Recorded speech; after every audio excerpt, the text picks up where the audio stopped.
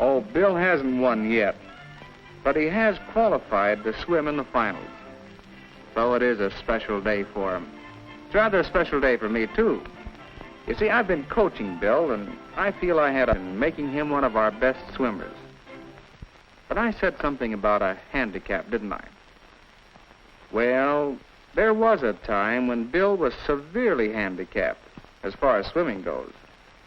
He used to visit the pool once in a while, but it was the same story every time.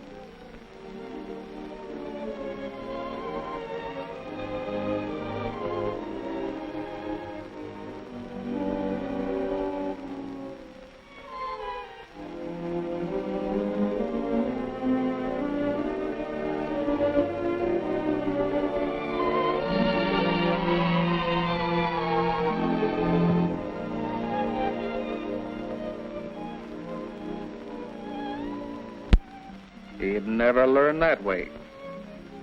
Yes, Bill had a handicap. That handicap was fear.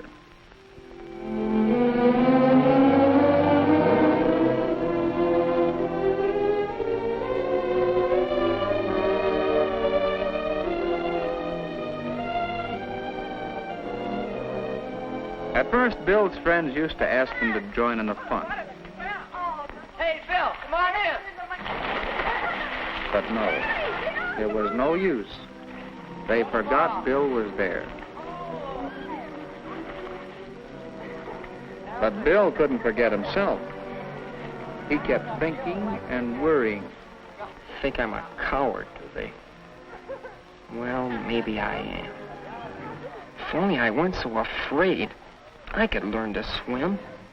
I could have fun like that.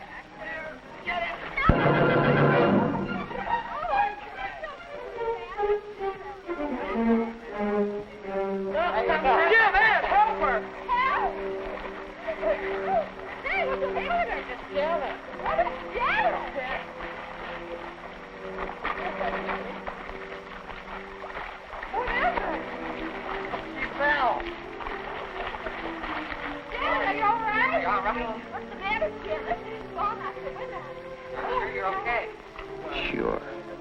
I'm a coward. Afraid of the water. Afraid to jump in and help somebody. Well, they're not cowards. Ed or Jim. Or Janet either.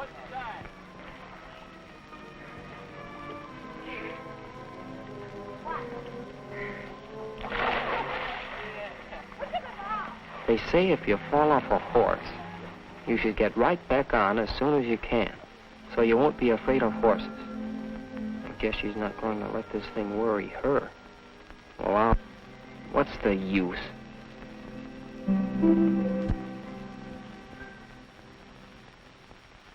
Just wasting my time trying to swim. Being afraid. Huh.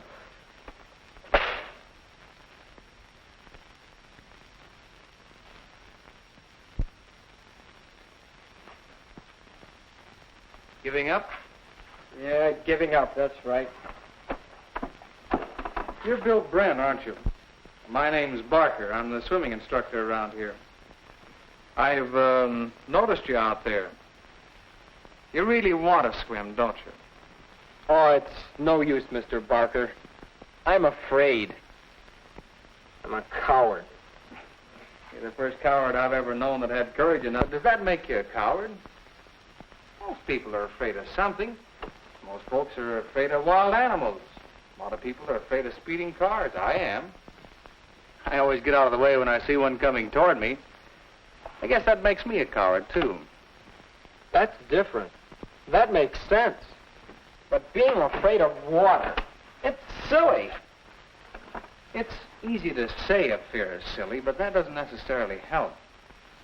You know, you're letting yourself get in the habit of being afraid. In the habit? Yes. Hey, maybe you know my kid sister. She used to be afraid of dogs. She's getting over it now, but once it was quite serious. We don't really know how that fear started, but it might well have happened this way. When my sister was very small, the people next door had a large dog. He was a rough, noisy dog, too. Kept fenced in the yard all the time. Perhaps sometime in her play, Sis came up quite close to the fence. When the dog came running toward her, she was naturally startled.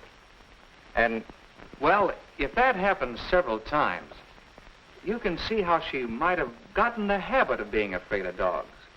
And that habit stayed with her long after she forgot all about the first dog that frightened her. You said she was getting over it now. How did she do that? How did she? Well, she knew it was an unreasonable fear, and she wanted to overcome it. So she and I worked together. We figured she should know dogs. We felt she should make friends with dogs. It wasn't easy for her. We took it very slow. My knowing that a dog wouldn't hurt her wasn't enough. She had to know. She had to have experience in handling dogs, caring for them. There was a cute little puppy. How could she be afraid of him? How could she help loving the little fella? Who wouldn't come closer to a big dog for a chance to play with a puppy a little longer? Who could remain afraid of the pup's mother very long? Certainly not my sister. It takes experience, knowledge, determination, and insight to overcome fears that are not rational. But it can be done. Maybe some people can do it, but I'm too much of a coward. If you keep calling yourself a coward, you're apt to start acting like one. Hey, didn't I see your picture in the paper the other day? Something about a bicycle ordinance, wasn't it? Yes, I just happen to have a copy right here. One copy. Oh, yes, here we are.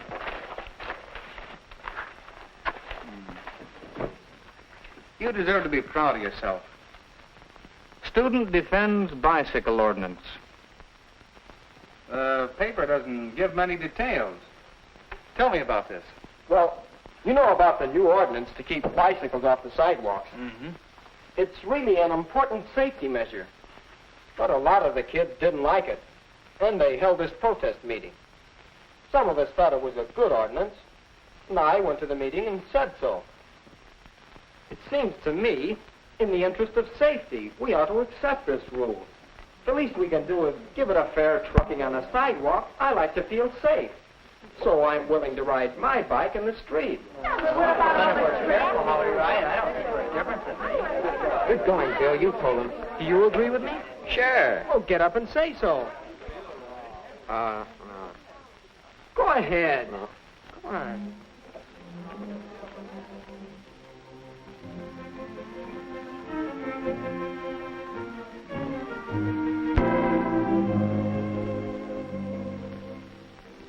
I tried to get Ed to speak up, but he wouldn't. And the kids are still all steamed up. I don't know. The courage of your convictions. Huh? About Ed. You said he wouldn't speak up even though he agreed with you. Would you say Afraid? Well, I guess. But that can't be. Ed helped Janet today when she stumbled into the water.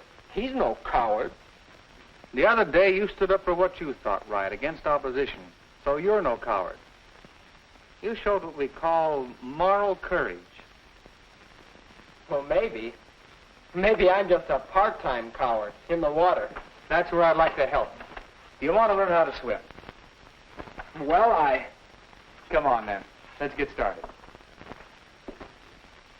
That day, Bill started overcoming his fear. He was in the habit of being afraid.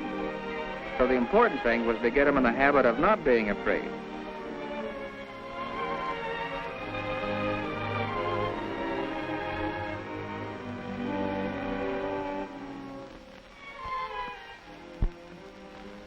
Bill learned gradually, over a period of several weeks, some of the skills he would need for swimming. As he became more skillful in the water, he also became more confident. He was ready to try actions that would have frightened him before, because now he knew he could always right himself in the water, and so needn't fear drowning.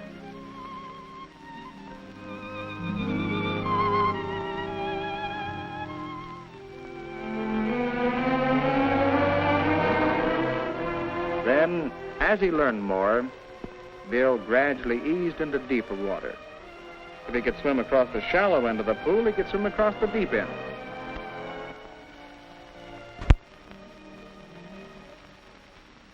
And, of course, the better he could swim, the less Bill feared the water.